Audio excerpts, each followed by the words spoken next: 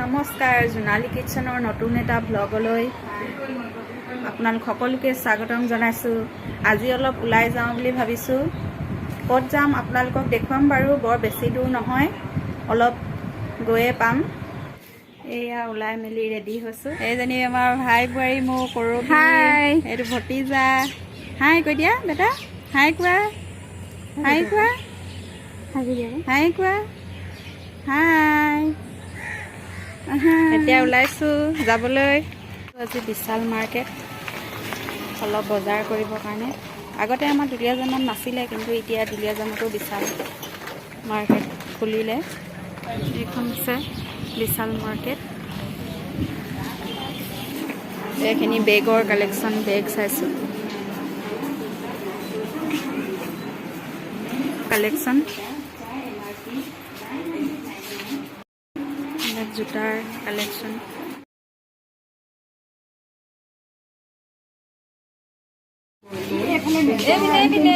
আমাৰ ফুচকাটোৱে বহুত ভাল পাইছে, ইয়াত ঘূৰি ফুৰিছে পুৰা, ইমানেই ভাল পাইছে, ফূৰ্তি কৰিছে, মুকলি পাই দৌৰ মাৰি ফুৰে। কাপোৰৰ কালেকশ্যনবিলাক ইমান ভাল লগা নাই। কিমান মানুহ হৈছে বিশালত। খেলনা বস্তু দেখাৰ লগে লগে তাক লাগে। বজাৰ কৰা হৈ গৈছে। নতুনকৈ অহাৰ বাবে ইমান কথাবিলাক ক'ব জনা নাই। লাহে লাহে আহিব বুলি ভাবিছোঁ, আপোনালোকে বেয়া নাপাব, মোৰ ভিডিঅ'বিলাক চাব। এয়া বজাৰৰ পৰা আহি পাই গ'লোহি। এতিয়া কি কি বজাৰ কৰিলোঁ আপোনালোকক দেখুৱাম।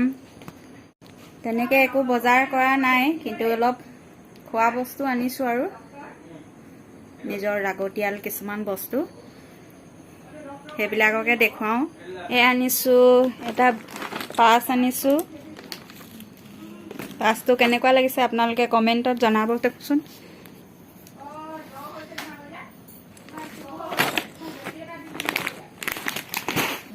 এইবিলাক আমাৰ পোৱালীয়ে খেলা বস্তু, আৰু চেউৰি, ব্ৰাছ, তেনেকৈ আনিছোঁ আৰু এইবিলাক কিবা কিবি। আজি যিটো ৰেচিপি দেখুৱাম সেইটো চিকেন বিৰিয়ানী আৰু চিকেন গ্ৰেভি। আহক এতিয়া ভিডিঅ'ত। চিকেনখিনি এতিয়া মাংসখিনি ধুই লোৱা হ'ল। এইফালে পিঁয়াজ, আদা, নহৰু আৰু এইফালে গৰম মছলা যোগান কৰি লোৱা হৈছে, আৰু এইফালে এইখিনি জিৰা, ধনিয়া এইখিনি মিক্সাৰত দি গ্ৰাইণ্ড কৰিম। বিৰিয়ানীৰ কাৰণে এইখিনি গল্ডেন ফ্ৰাই কৰি থকা হৈছে পিঁয়াজখিনি। কাষতে এয়া মাছো ফ্ৰাই কৰি আছোঁ। এয়া তেল দি থোৱা হৈছে। আজি মই বেলেগ এটা পদ্ধতিৰে বনাওঁ। মাংসখিনি অলপ ফ্ৰাই কৰি লওঁ বুলি ভাবিছোঁ।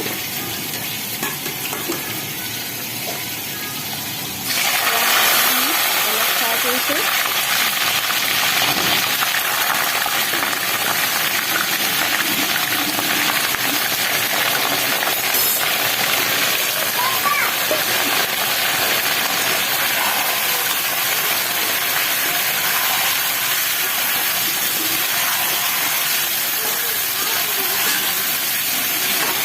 এয়া হালধি, নিমখ দিলোঁ আৰু অলপ ৰঙচুৱা হোৱালৈকে ফ্ৰাই কৰি লওঁ। এতিয়া চিকেনখিনি, মাংসখিনি ইয়াত কাটি থ'ম বাচন এটাত।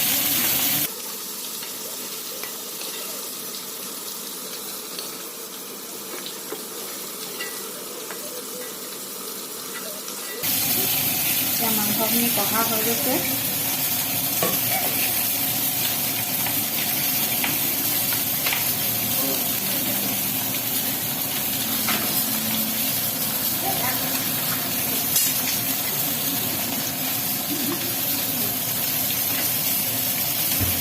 এতিয়া ইয়াত দি দিছোঁ লং, ইলাচি, তেজপাত, দালচেনি,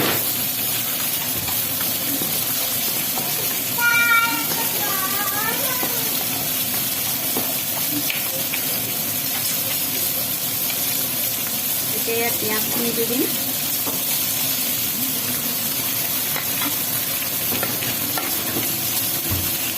পিঁয়াজখিনি অলপ ৰঙচুৱা হোৱালৈকে ভাজি থাকিম।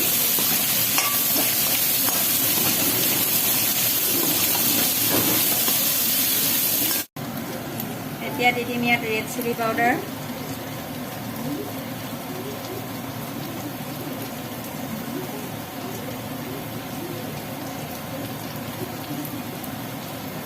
মিট মছলা,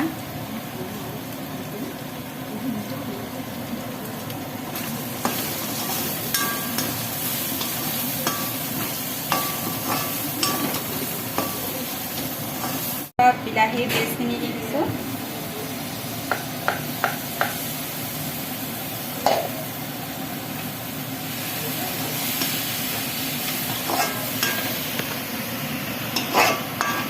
এতিয়া মই ইয়াত ফ্ৰাই কৰি থোৱা মাংসখিনি আকৌ দি দিম, দি এতিয়া অলপ দেৰি আকৌ ভাজিম।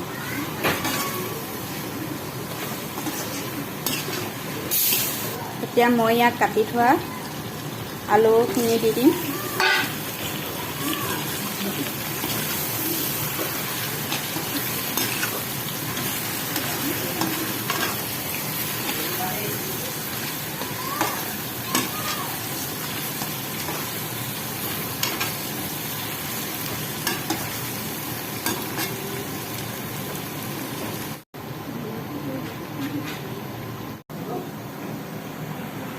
ইয়াত মই এতিয়া দিলোঁ লং, ইলাচি, ডালচেনি।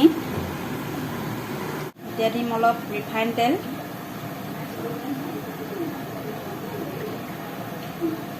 এতিয়া চাউলটো এটা এটাকৈ ঝৰঝৰীয়া হৈ থাকিব।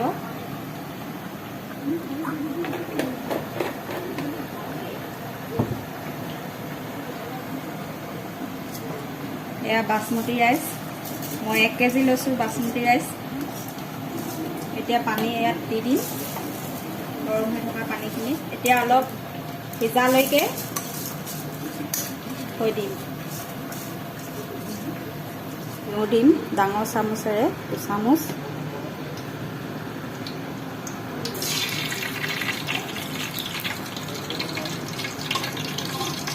এতিয়া মই ইয়াত আধা ভাজি থোৱা চাউলখিনি দি দিছোঁ।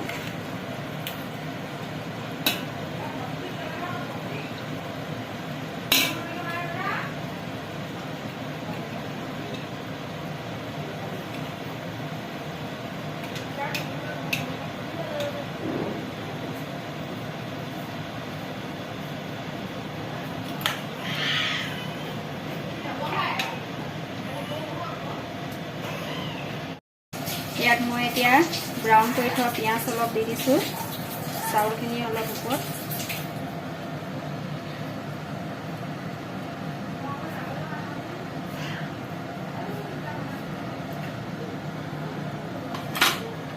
এতিয়া আধা মাংস ইয়াত থোৱাখিনি অলপ ওপৰত দি দিম।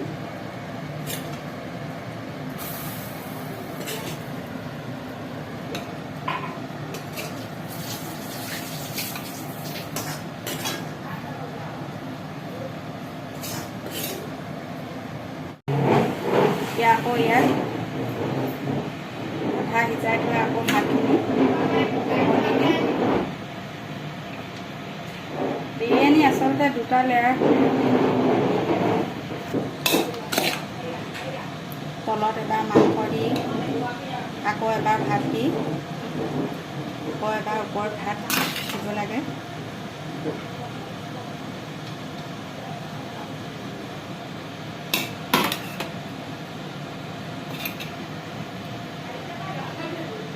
কম কৰি থোৱা পিঁয়াজখিনি অলপ অলপকৈ এনেকৈ দি দিছোঁ। আপোনালোকে বিৰিয়ানী ঘৰত এনেকৈ বনাই খাবচোন, আমি এনেকৈয়ে বনাই খাওঁ। ইয়াত দি দিম অলপ এতিয়া কেওৰা, অলপ গোলাপ জল,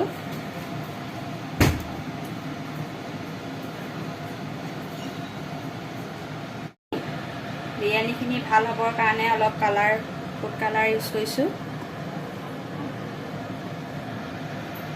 এনেকৈ কালাৰ মিলাই দিলে খাবলৈ আৰু বেছিকৈ ভাল হয়।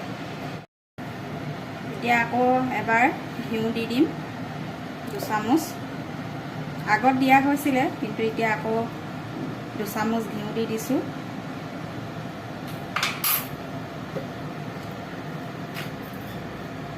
এতিয়া কেশৰ আৰু গাখীৰে মিশ্ৰণ কৰি থৈছিলোঁ, সেইখিনি এতিয়া ইয়াত দি দিছোঁ। দি এতিয়া অলপ সময় সিজিবলৈ দিম। এনেকৈ মই বহুৱাই লওঁ বিৰিয়ানী বনাবলৈ, আৰু এনেকৈ মই ফইল পেপাৰে ঢাকি লওঁ আৰু তাৰ ওপৰত লাগি নধৰিবৰ কাৰণে এনেকৈ বহুৱাই দিওঁ। এতিয়া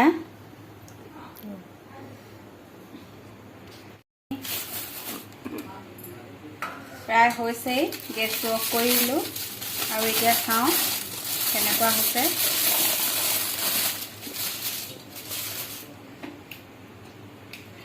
খুব ধুনীয়া এটা হৈছে।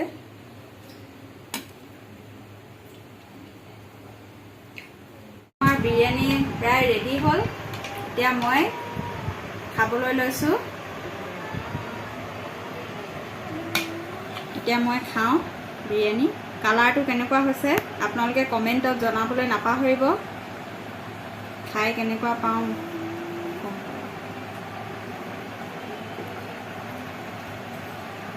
খুব ধুনীয়া হৈছে। আপোনালোকে এনেকৈ বিৰিয়ানী বনাই খাবচোন, খুব সুন্দৰ হৈছে।